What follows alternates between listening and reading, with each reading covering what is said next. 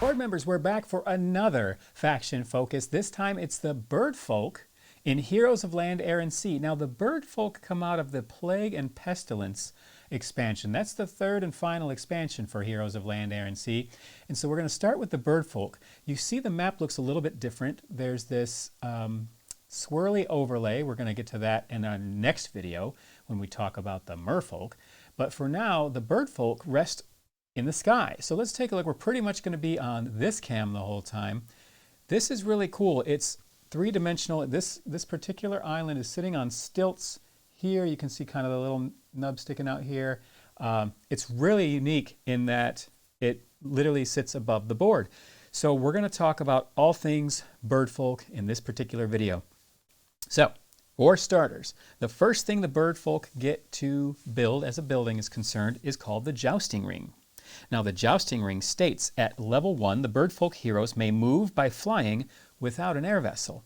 So any of them, I mean it's all Birdfolk heroes rather, not any of them. Because at level 2 all Birdfolk units, excluding the Ark is the water vessel, may move by flying without an air vessel. And third and final level for the Jousting Ring, your army gains +2 strength if they fly to start a battle. So if you fill up that Jousting Ring to level 3, all of your units can fly except for the sea vessel, and if they fly into a battle, the army itself gets a bonus 2 strength for that fight. Not only do you get to fly around, you get to summon your champion. Let's take a look at the champion here.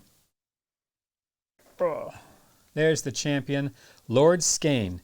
Skane is a masterful tactician who exploits his wings to fly over the battlefield of any combat, identifying all advantages and disadvantages. This strategy resulted in winning over 900 battles in his military career and greatly contributed to his people's victory in the War of the Wings. Now, Lord Skane rules over the Birdfolk and reluctantly returns to combat after years of peace. Over 900 battles in his military career. He's seen it all, that's for sure. He had a bird's eye view. Terrible.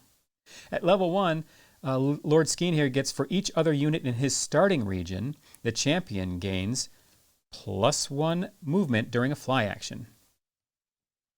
The second level gives him the ability when flying away from the floating continent, the champion may take up to 4 friendly units with him regardless of their movement. Are you kidding me right now? Actually, let's go back down to the board here. Up to 4.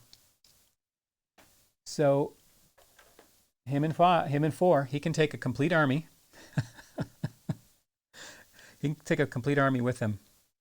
And all of these things connect as if they connect and are adjacent. So since they fly, they move as if they're flying. So he goes 1 space down here to the sea region. 2 spaces, so I guess here. Well, he's flying, so 2, 3. He would take 3 spaces to go to this, and all 5 of his units could start a fight. And we know if he's level 2, if it's level 3, his army would gain +2 if flying and starting a battle there. So that would be wild if he did that. And his level 3 ability states the champion may be conscripted into a battle from anywhere in play. Gain 1 victory point when he's conscripted into a battle. Incredible. Incredible. So he just flies to the rescue. That's really kind of what they're saying. All right. The next building is the Obelisk. They have a very Egyptian feel. I don't know if you can if you kind of gathered that by looking at him there. All the teal, aquamarine, gold looking colors.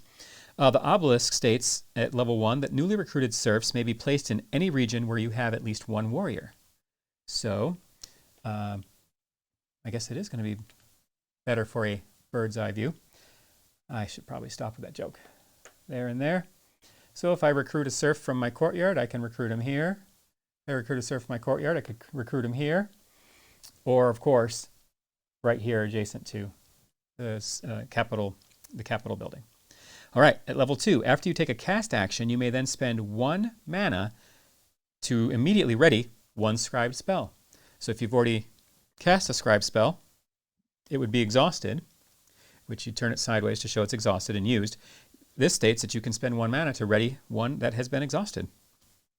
for a future cast. And at level 3, the Obelisk states you gain 1 additional victory point at the end of the game for each region away your farthest tower is located.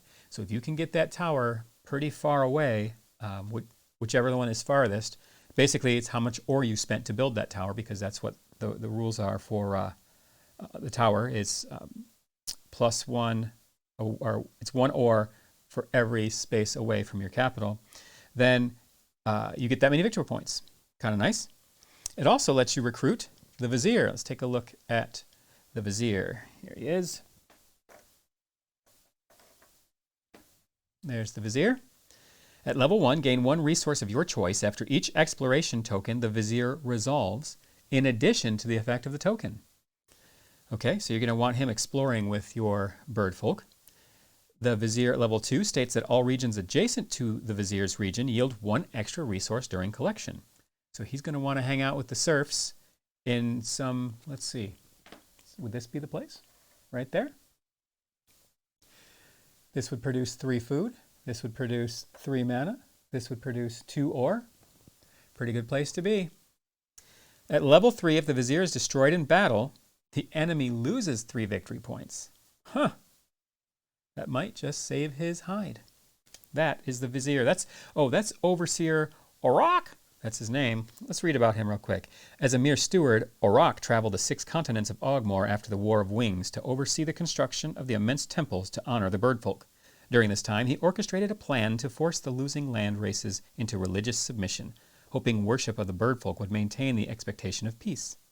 Auroch's devotion to his people and pacifism earned him the promotion to Vizier. Well done, Overseer Auroch. Looking forward to you producing many, many resources in your future. Okay, now the Rookery. Definitely a bird place to be sure. The Rookery states at level 1 for a recruit action you can spend 4 food to gain a warrior and a serf. We talked in previous videos about spending resources to get multiple people in one recruit action. This one states that you can spend 4 resources to get a warrior and a serf instead of spending an action just to get 1 warrior, or spending an action just to get 1 serf. There is that additional action to get 2 serfs if you spend 3 food. So it's just another way to get more units recruited into your courtyard sooner. Level 2, for a fly action with the Rookery, you may swap any one of your heroes with a hero from your supply at no cost. The building has to be built in order for you to do that. So if you don't have the Obelisk, you cannot swap out the champion for the Vizier. And at level 3, warriors in your courtyard may be used to muster command actions as if they were serfs. So a little bit on the rules side, if I take an action, let's say I march, I can immediately place a serf to muster and take a second action, right? But it has to be serfs. So this states that you could use warriors also to do that. Kind of nice. It gives you a little bit of flexibility. If you don't have any serfs here, but you did have some warriors you get to deploy, and you really got to get a move on. That's the Rookery. Now what's cool about the Rookery is it allows you to summon forth the raptor, and his name is Quirky. Though they have meddled in the affairs of the land races, the Birdfolk are a people who largely value peace and spiritual reverence over war.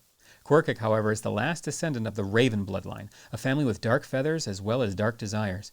Quirky is loyal to Lord Skeen, but has been known to employ sadistic violence when no one is looking over his wings. So Quirky here at level 1 says when the raptor ends his movement, any enemy players in adjacent regions lose 1 of their highest resource. If tied, the Birdfolk chooses. So if they've got 2 mana, 2 food, and 2 ore, the Birdfolk player can say, get rid of that mana or ore, whatever they choose. Any enemy players in adjacent regions. So if it's a 3 or 4 player game and they're all there, he doesn't steal them, but they do lose them. Level 2, at the end of the round, the raptor may destroy 1 serf if it is alone in a region adjacent to him. I'm just picturing that. So let's take a look at this guy. He's going to fly in. Let's get a serf from the merfolk here, who's just hanging out in this desert, minding his own business. And there is our guy, Quirky. At the end of the round, he may destroy 1 serf if it is alone in an adjacent region. So he just kind of like picks him up and drops him on the world below. All right, at level 3, using his level 2 ability, the raptor may instead destroy 1 warrior. So, what's cool about this is if you have an enemy warrior, let's say, let's see, how's this work? Yeah. You've got an enemy warrior, oh, that's not adjacent, right here, who wants to take out your vizier.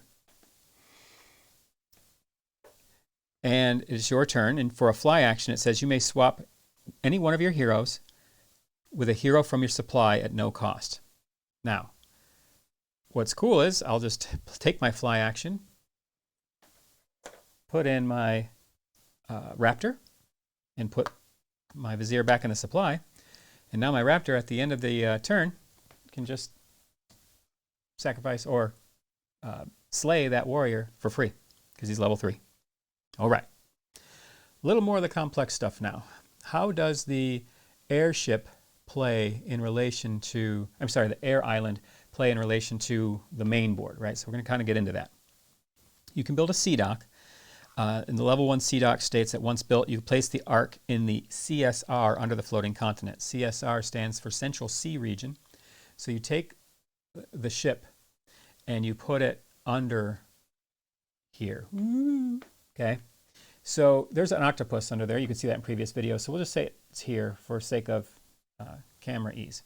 You can place it under there. While there, newly recruited units can be deployed right to the boat. So they kind of just fall right through the clouds and land right on the boat.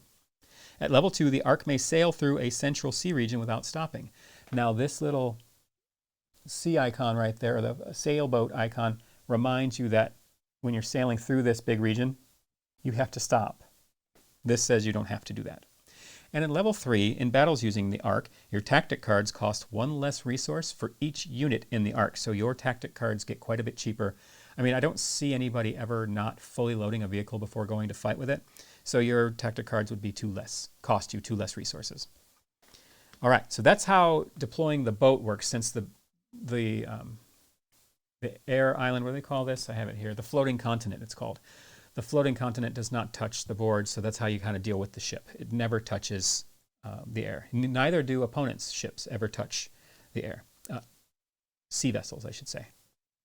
The air spire, you can summon a sphinx. Really cool looking sphinx too. Let's get that up on the biggie camera. That thing is just neat. I mean, it's a sphinx. It's everything you'd think a sphinx would look like without the riddles. For a fly action, the sphinx may return directly to your capital city. Are you kidding? We came over here. We conquered a thing. For a fly action, me and everybody aboard is just going to return to my capital city. Thank you very much. Have a good day. That just happens. That's level 1. Level 2, during a fly action, the Sphinx may always start its move from any tower you control. Okay, so the Sphinx is going to move. The Sphinx has a move of 4. So let's just move from here. 1, 2, 3, 4. I mean, I guess it could move from here, 1. But that's the idea, is it can move from any tower that you control. And level 3, the Sphinx is +2 strength if battling against at least one enemy hero. So if it is level 3 and you load it up with some good units and you have some good tactic cards in your hand, go after some enemy heroes. You're stronger, all the stronger for it. So I would advise that. So now, looking at the Birdfolk as a whole, never played them. I would just say really lean into the flying thing. Get that, what is it, level 2? At least get the Jousting Ring to level 3. Make sure you bring your champion along at level, well, you'll have level 3 if you have the Jousting Ring all the way up. But when he's at level 2, the champion can take 4 friendly units with him regardless of their movement. Lean into the flying thing, grab your people, take them with you. Being able to deploy right to the boat is kind of nice. And that Griffin, being able to fly from any of your towers is really awesome too. So hopefully that's some help to you to decide to use the Birdfolk and their floating continent or not when you play Heroes of Land, Air, and Sea using the Birdfolk faction. Thanks so much for watching. If you're catching this on the YouTube replay, I do appreciate it. Please consider giving it a thumbs up. Subscribe to the channel for more of this content. I do a lot of faction videos, do a lot of 2-Player Tuesday videos with my buddy Lee. You can also check us out on live stream at twitch.tv/boardroomgamer. Until then, as always, we'll see you at the next boardroom meeting.